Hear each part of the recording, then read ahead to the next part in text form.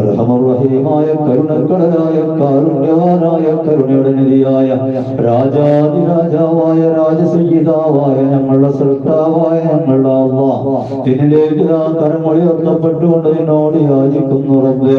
ഞങ്ങൾ ചൊല്ലിയ ഖുർആൻ പാരായണം ദിക്റുകൾ സ്വലാത്തുകൾ അദ്കാറുകൾ തെറ്റുകൾ റബ്ബേ പുറത്തു മാപ്പാക്കിക്കൊണ്ട് നിന്റെ മക്കൾ ഒരു സാലിഹായ അമലാക്കിക്കൊണ്ട് സ്വീകരിക്കണേ അല്ലാഹ്.